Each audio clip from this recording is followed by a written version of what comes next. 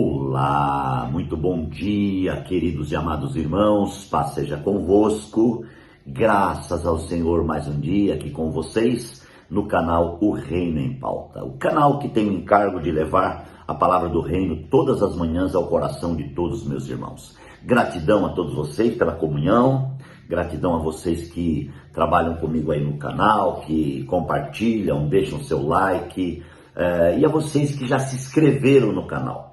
E você que está vendo aí neste momento e ainda não se inscreveu, por favor, dá um clique aí, se inscrevendo em nosso canal, e assim você vai nos ajudar nessa obra poderosa que é a propagação do Evangelho do Reino. Queridos, o sentimento da palavra nesta série que nós vamos fazer agora, o tema seria o encargo de José de Arimateia. É muito tremendo você olhar a palavra e de repente você começar a ter revelações que vêm da parte de Deus. Deus quer compartilhar sua palavra. Amados irmãos, João 19, 38 ao 42 é a leitura que eu vou fazer agora, que diz assim: Depois disso, José de Arimateia pediu a Pilatos o corpo de Jesus. José era discípulo de Jesus, mas o era secretamente, porque tinha medo dos judeus. Com a permissão de Pilatos, veio e levou embora o corpo. Ele estava acompanhado de Nicodemos, aquele que tinha visitado Jesus à noite. Nicodemos levou cerca de 34 quilos de uma mistura de mirra e aloés. Tomando o corpo de Jesus, os dois envolveram em faixas de linho e com as especiarias, de acordo com os costumes judaicos de sepultamento. No lugar onde Jesus foi crucificado, havia um jardim, e no jardim, um sepulcro novo, onde ninguém jamais fora colocado. Por ser o dia da preparação dos judeus, e visto que o sepulcro ficava perto, colocaram Jesus ali. Aleluia. Amados, eu quero fazer várias observâncias acerca desse tema, o encargo de José de Arimateia. Nós sabemos que o encargo é aquilo que vem da parte de Deus. O encargo não é um sentimento religioso, o encargo não é uma ordem de um grupo, de uma diretoria, de uma organização terrena. O encargo, ele é orgânico, o encargo, ele vem da parte de Deus para o nosso interior.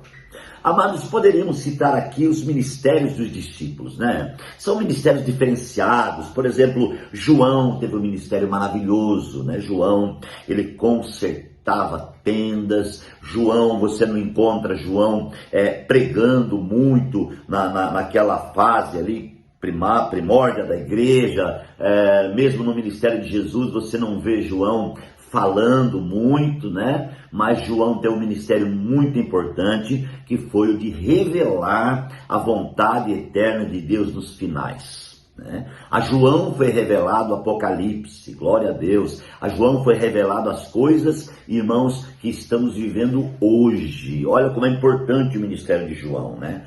Poderíamos citar aqui também o ministério de Pedro, né? Pedro, amados irmãos, ele se converteu ao Senhor de fato e de verdade. De pescador de peixes, ele tornou pescador de homens e fez grandes e gloriosas pregações. Pedro tem um testemunho extremamente maravilhoso e diferenciado. E assim, nós vemos os demais, como Tiago, como Estevão, né? E depois vemos também Paulo com um ministério extraordinário, a revelação das epístolas, e todos esses tiveram mortes assim diferenciadas.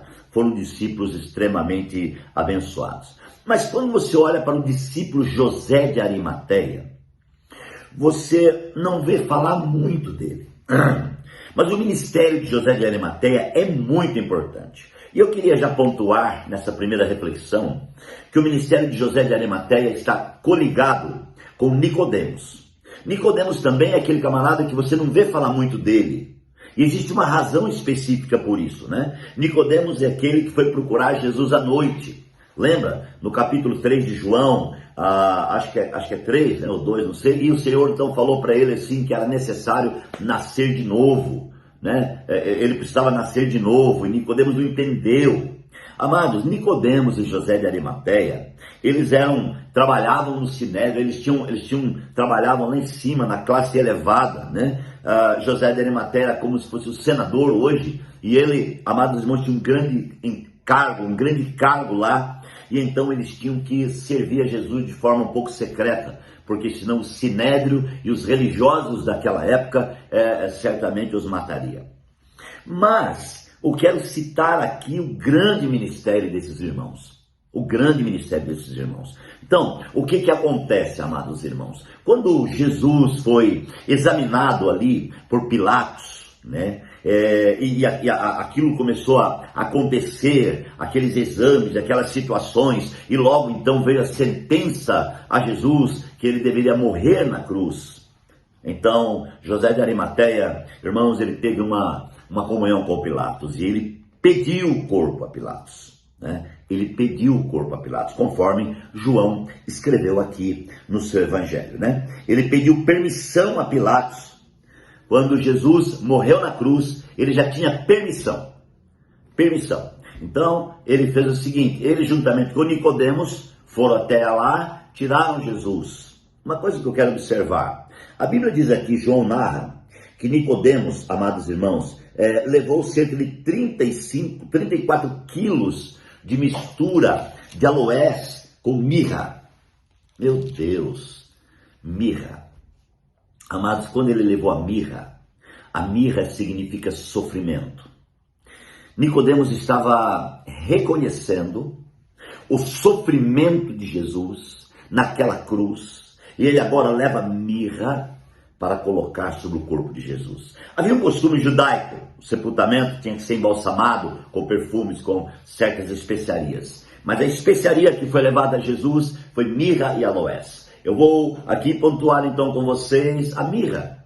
Ali estava revelado um grande sofrimento de alguém que não merecia sofrer nada, mas ele sofreu por amor, e agora ele recebe então a oferta de Nicodemos, que é a mirra e o aloés, para preparar aquele corpo para ser sepultado. Quero observar também, amados irmãos, que Nicodemos estava junto com José de Arimateia, e a Bíblia diz que Jesus foi envolto em lençóis de linho finíssimo, né? Ali houve também uma oferta, compraram, além da especiaria, compraram esses lençóis, esses preparados, e envolveram Jesus. E agora, o que fazer? Onde sepultar? É incrível pensar que José de Arimateia tinha um sepulcro novo, amados irmãos, cavado numa rocha, e era no jardim, ali próximo de onde Jesus foi crucificado. E até hoje está lá o sepulcro de Jesus, e se você for em Israel, você vai ver que não é tão distante,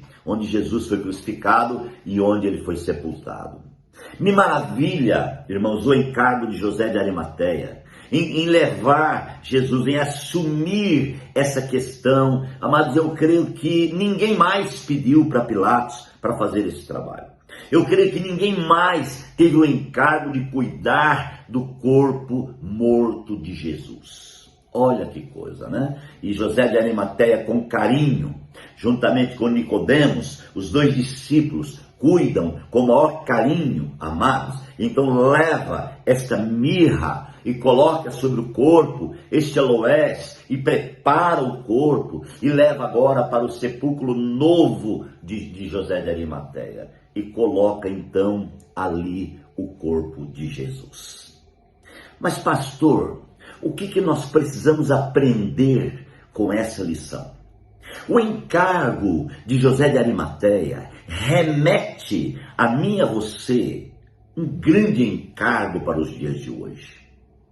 O que nós podemos imaginar e pensar acerca do nosso encargo em um tempo difícil como o nosso?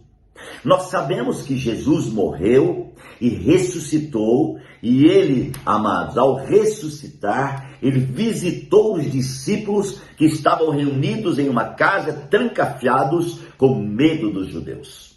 O próprio João, no seu capítulo 19, no capítulo 20, ele falou isso. Eles estavam trancafiados naquela casa com medo dos judeus, quando de repente Jesus chega e adentra aquela casa sem bater na porta.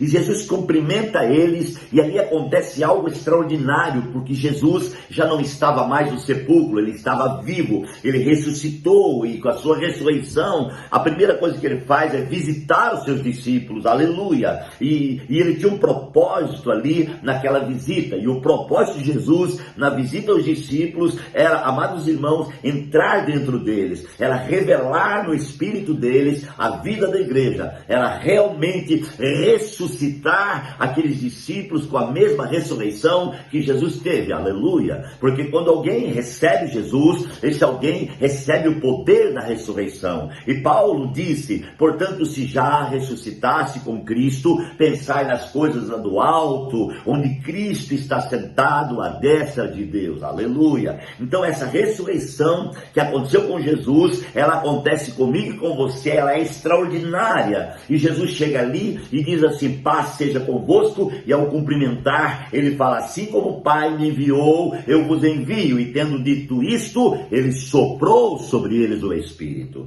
e quando ele soprou sobre eles o Espírito, isso quer dizer que ele está insuflando para dentro deles, ele está entrando dentro dos discípulos, e com essa entrada dentro dos discípulos, ele está se mesclando ao Espírito dos discípulos, e ali ele está realmente restaurando a sua imagem e dentro dos discípulos, e algo novo está acontecendo, e agora os discípulos recebem o poder de Cristo, a constituição gloriosa de Cristo para um novo tempo, aleluia.